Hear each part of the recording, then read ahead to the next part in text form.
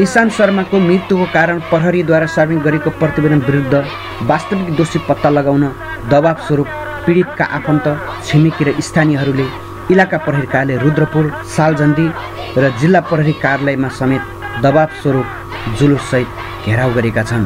मृतक ईशान शर्माका आफन्त, छिमेकी र स्थानीयहरू मध्याह 12 बजे ईशान शर्माको घरमा जम्मा भई इलाका प्रहरी कार्यालय रुद्रपुर हुँदै जिल्ला प्रहरी कार्यालय रूपन्देहीमा पुगेर ईशानको घटनाको सत्य तथ्य अनुसन्धान गरी वास्तविक दोषी पत्ता लगाउन दबाब दिन दिउँसो 2 बजे जिल्ला प्रहरी कार्यालय रूपन्देहीमा धरनासहित नाराबाजी गरेका थिए। इलाका प्रहरी कार्यालय बुटवलमा कञ्चन गाउँपालिकाका जनप्रतिनिधि र पीडितका आफन्तहरूको उपस्थितिमा ईशानको कुनै हत्या नभई लु 2 ख 4948 नम्बरको फोर्स गाडीले ठक्कर दिई मृत्यु भएको प्रारम्भिक प्रतिवेदन सार्वजनिक गरेको थियो। ईशान शर्माको मृत्युबारे जिल्ला प्रहरी कार्यालय रूपन्देही प्रहरी नायब उपरीक्षक तथा सूचना अधिकारी सुरज कार्की र इलाका प्रहरी कार्यालय बुटवलका प्रमुख तथा प्रहरी नायब उपरीक्षक इन्द्रबहादुर राणाको संयुक्त कमानमा अनुसन्धान भइरहेको छ। तर उक्त प्रतिवेदनप्रति असहमति जनाउँदै मृतक शर्माको आमा रमा शर्मा, बुवा अर्जुन शर्मा, ठुलो बुवा पुष्पराज शर्मा, दिदी सारिका, स्नेहा शर्मा लगायत आफन्त र स्थानीयहरूले ईशानको मृत्यु गाडीको ठक्करबाट नभई सुनिश्चित रूपमा हत्या भएको र वास्तविक दोषीलाई उन्मुक्ति दिन दमी दोषी खडा गरिएको भन्दै असहमति जनाएका छन्।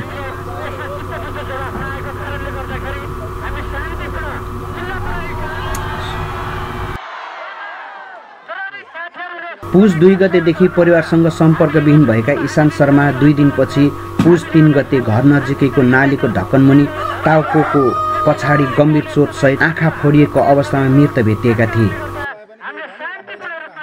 जिल्ला प्रहरी कार्यालय रूपन्देहीको मुख्य गेट अगाडि जुलुससहितको धरनाको क्रममा स्थानीयहरूले ईशानको हत्यारा छिटो पत्ता लगा, घोषिया प्रहरी चाहिँदैन, ईशानलाई न्याय दे, वास्तविक हत्यारा पत्ता लगा, शान्ति सुरक्षा कायम गर, ईशानको हत्यारालाई खोजी गर जस्ता नारा लगाएका थिए।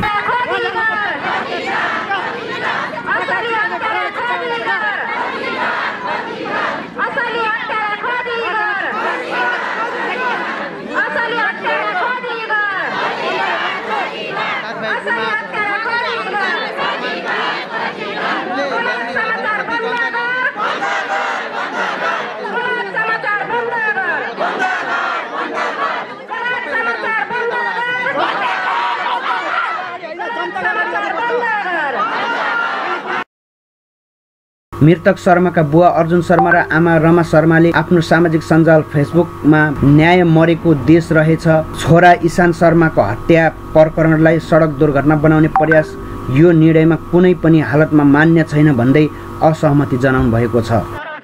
जिल्ला प्रहरी कार्यालय रूपन्देही पुगेका पीडितका आफन्तहरूलाई सम्बोधन गर्दै जिल्ला प्रहरी कार्यालय रूपन्देहीका प्रहरी नायब उपरीक्षक तथा सूचना अधिकारी सुरज कार्कीले अनुसन्धानको क्रममा 3 जनालाई नियन्त्रणमा लिई निजहरूमाथि अनुसन्धान भइरहेको र अझै अन्तिम निष्कर्षमा नपुगिसकेको बताउँदै अनुसन्धानमा सहयोग गर्न आग्रह गर्नुभएको थियो।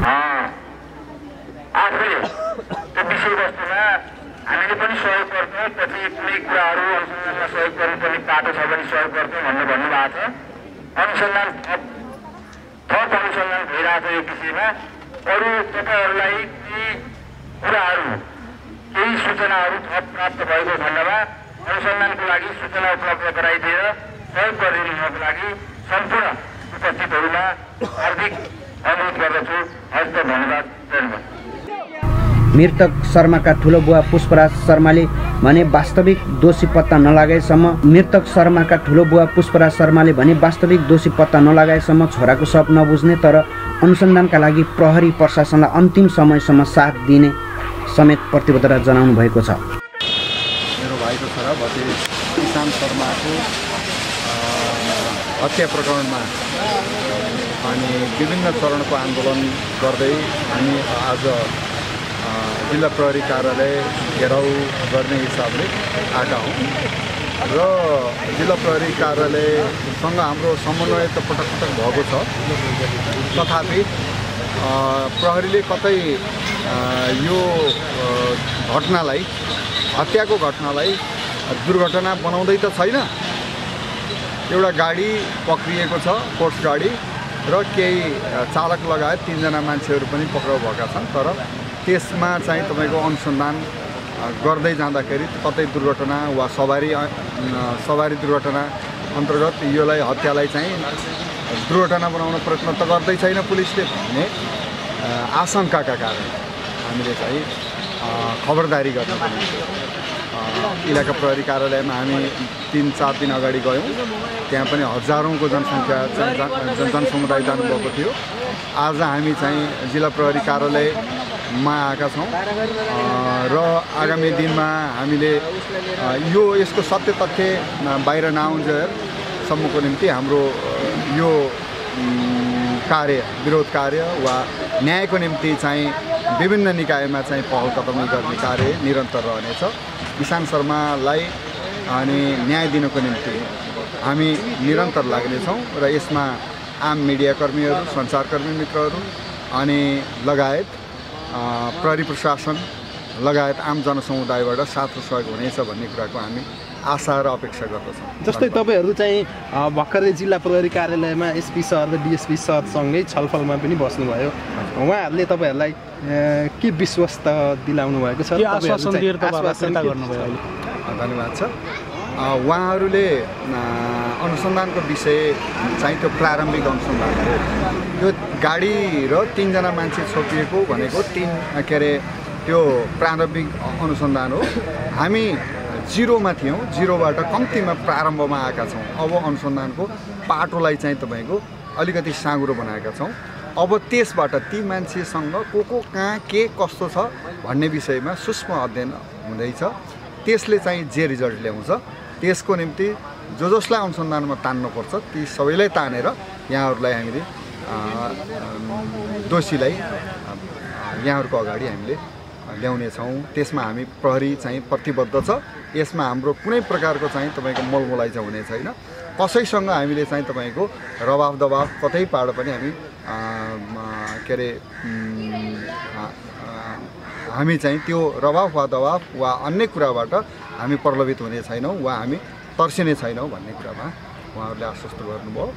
पीडित पक्ष हामी घर परिवार र केही साथीहरू चाहिँ त्यहाँ बस्छौँ र छलफल पश्चात थोरै कुरा गरिदिन हामीले चाहिँ यस कुरालाई आग्रह गरेर अनि उहाँले कुरा राख्नुभयो। अनुसन्धानको विषयमा धेरै कुरा सेक्रेसी लिक हुने हुनाले धेरै कुरा गर्न नमिल्ने कुरा समेत उहाँले गर्नुभयो। धन्यवाद। जस्तै घटनालाई दुर्घटना बनाउन खोजियो भन्ने प्रहरीको एउटा त्यो प्रारम्भिक प्रतिवेदनबाट पनि तपाईँहरूलाई चित्त नबुझ्दो कुरा आयो परिवारलाई। यसले चाहिँ तपाईँहरू विश्वस्त हुन सक्नुभयो या यसलाई होइन यो भनेर कुनै आशंका तपाईँहरूले दिनुभयो? हामीलाई यो हुनै सक्दैन, फिजिबल चाहिँ छँदै छैन। जुन लासको प्रकृति जुन ठाउँमा चाहिँ तपाईँको इसान शर्माको चाहिँ लास थियो त्यो लास चाहिँ तपाईँको माथिपट्टि यो हामी बसेको जस्तै स्ल्याब मोटा मोटा स्ल्याब मुनि झन्डै 6 फिट भित्रपट्टि भएको अवस्थामा भएको हुनाले दुर्घटना बाटोमा भएको छ। बाटोदेखि स्ल्याब झन्डै 4-5 मिटरभन्दा बढी चाहिँ टाढा छ। त्यसको पनि माथि ढक्कन छ।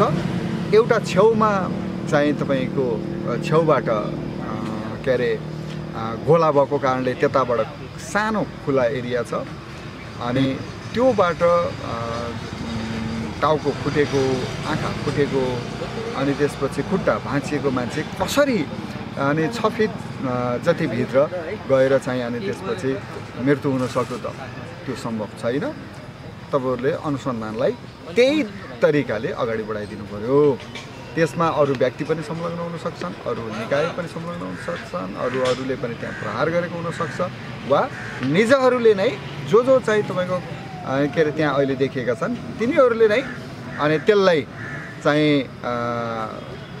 उपचार गर्नु पर्यो भने करोडौँ खर्च हुने हुनाले यसलाई चाहिँ फालिदिए चाहिँ मृत्यु हुन्छ अनि फालिदिएपछि त 5 लाख रुपियाँ यातायात बिमा कम्पनीले तिर्छ अनि ढुक्क हुन पाइन्छ भन्ने किसिमले पनि गरेको हुन सक्ने भएको कारणले यी कुराहरूलाई समेत अनुसन्धान गरिदिन हामीले आग्रह गर्छौँ। सब उठाउने नउठाउने विषयमा हामीले उठाउँदैनौँ, सब उठाउँदैनौँ।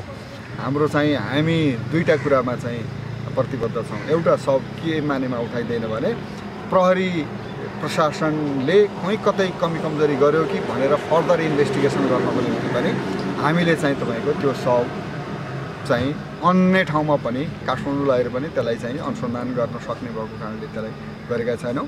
बाँकी चाहिँ हामीलाई त्यो महसुस भयो, अब यहाँ न्याय मिलेको महसुस भयो, साँच्चीकै जेन्युन अपराधी समातिएको चाहिँ महसुस भयो भने हामीले त्यसलाई चाहिँ अनुसन्धानको कति दिनसम्म तपाईँहरूले यो प्रक्रिया पुरा गर्यो भने अगाडि बढ्नुहुन्छ या यो फेरि पनि विरोध र्यालीहरू गर्नुहुन्छ? हामीले चाहिँ विरोध र्याली स्थानीय स्तरमा जहिलेसुकै जिल्ला प्रहरी कार्यालय यत्रो मान्छे आउन सक्ने सम्भव छैन। हामी आफै पीडित छौँ, त्यसैमाथि चाहिँ खर्च आदि इत्यादिदेखि लिएर धेरै कुराहरू व्यवस्थापन गर्नुपर्ने मान्छेलाई, अनि मान्छेहरूलाई पनि फुर्सद नहुने हुनाले स्थानीय स्तरमा हामीले चाहिँ विरोधका कार्यक्रमहरू निरन्तर गर्छौँ र प्रहरीलाई झकझकाउने काम, प्रहरीलाई चाहिँ तपाईँको खबरदारी गर्ने काम हाम्रो निरन्तर छ। जस्तै सिडिओ प्रमुख अनि इलाका प्रहरीकारले बुटवलमा चाहिँ डिएसपी साहब र एसपी साहब र पीडित परिवार बसेर प्रतिवेदन हेरियो अनि त्यसपछि पोस्टमार्टम रिपोर्ट हेरियो भन्ने विषय आएको छ, त्यो विषयमा के भन्नुहुन्छ? त्यो गलत हो। पोस्टमार्टम रिपोर्ट हामीलाई अहिले पनि प्राप्त भएको छैन। पोस्टमार्टम रिपोर्ट चाहिँ पीडितले प्राप्त चाहिँ गर्ने चरणमै पुगेको छैन। त्यो चरणमा पुग्नको लागि अझै अनुसन्धानको पाटो, त्यसपछि थुप्रै कुराहरू पार गरेपछि मात्र हामी यहाँ आइपुग्यो। अनि प्रहरीले पनि अब उसले हस्पिटलसँग माग गरेको रहेछ, माग गरेपछि त्यो सायद प्रहरी कहाँ पुगिसक्यो होला। हामीलाई उहाँहरूले चाहिँ ब्रिफिङ गर्नुभएको छैन। डाक्टर साहबको ब्रिफिङ अनुसार पोस्टमार्टम गर्ने दिनमै उहाँले चाहिँ त्यो पोस्टमार्टम हाउसभित्रै उहाँले ब्रिफिङ गर्नुभएको थियो। यो गम्भीर प्रकारको टाउको चाहिँ चोटको कारणले इन्टरनल ब्लिडिङ र एक्सटर्नल ब्लिडिङ भएको कारणले बाबुको मृत्यु भएको हो भन्ने कुरा चाहिँ उहाँले भन्नुभएको छ। अन्य कुराहरू यो के भयो भन्ने कुरा प्रहरीले हामीलाई पनि भनेको छैन, हस्पिटलले हामीलाई भनेको पनि छैन। त्यो चाहिँ एकदमै गलत न्युज हो। यसलाई चाहिँ हजुरहरूले यही अनुसार गरिदिन म अनुरोध गर्दछु।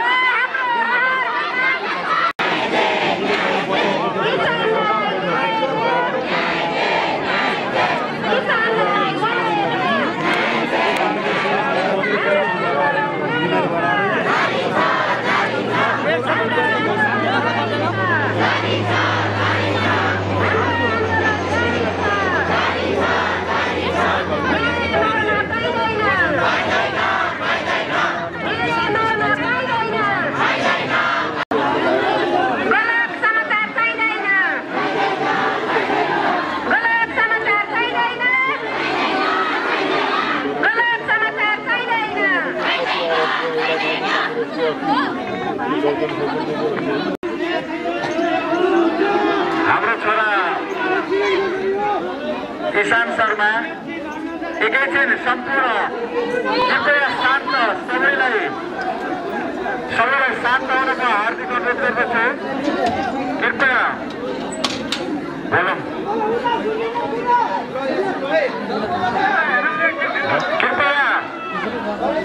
सम्पूर्ण हाम्रा युवा भाइ बहिनीहरू, सम्पूर्ण